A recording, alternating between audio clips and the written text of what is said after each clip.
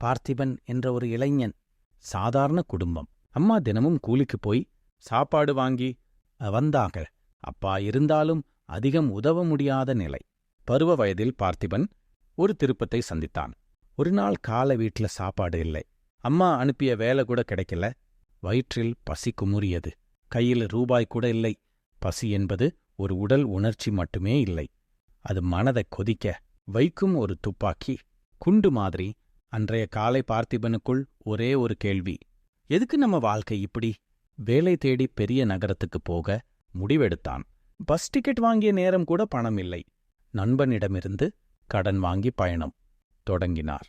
நகரத்துக்கு வந்ததும் கணக்கில்லாத மனிதர்கள். வேலை தேடியும் தேடியும் எல்லா கதவும் மூடப்பட்ட மாதிரி. ஆனா அவன் வயிறு முழுக்க பசி. அது அவனுக்கு அவமானமில்லை. அது ஒரு வேகமான தீபம். ஒரு ஹோட்டலில் பாத்திரம் துவைக்கும் வேலை கிடைத்தது. மாதம் குறைந்த சம்பளம். தினமும் இரவு 12 வரை வேலை. கைகளை இரத்தமாகும் வரை பாத்திரம் தேய்த்தான். ஆனால் ஒரு விஷயம் மட்டும், ஒரு நாளும் பசியை அனுபவித்த அந்த கஷ்டத்தை மறக்கவில்லை. ஒரு நாள் ஹோட்டலின் கிச்சன் ஷெஃப் அவன் வேகத்தை பார்த்து, உன்னோட பசி வேலைக்கு தெரியுது, கத்துக்குடா, கற்றுக்கிட்டா நீ பெரியவனாகலாம் என்றார். அவன் கற்றான். குறைந்த சம்பளத்திலிருந்து உயர்ந்த சம்பளத்துக்கு. Kitchen helper, cook, senior cook. ஆனால் கதை இங்கே முடிவில்லை. அவன் சேமித்து சேமித்து வருடங்கள் கடந்து ஒன்றை செய்ய முடிவு செய்தான். தனக்கே ஒரு சிறிய ஹோட்டல். ஆரம்பத்தில் பயம், பணம் குறைவு, ஆதரவு இல்லை. ஆனா பசி இருந்தது. அதுதான் ஆதரவு. 5 வருடம் கழித்து பாசி உணவகம் என்ற பேரில் தேங்காய் இலைகளும் எளிய மேசைகளும் கொண்ட ஒரு ஹோட்டல் தொடங்கினார். இன்று அந்த ஹோட்டலில் யாரும் பசித்துப் போக மாட்டார்கள்.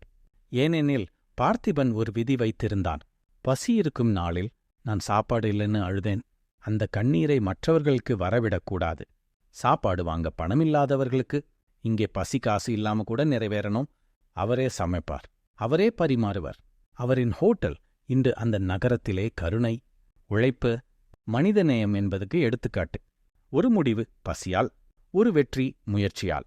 அக்கதையின் கருத்து: பசி 2 வகை. 1, உடல் பசி உணவை தேட வைக்கும். 2, வாழ்க்கை பசி வெற்றியை தேட வைக்கும். உடல் பசியில் அழும் மனிதன் வாழ்க்கை பசியால் அசுர வெற்றி எடுக்க முடியும்.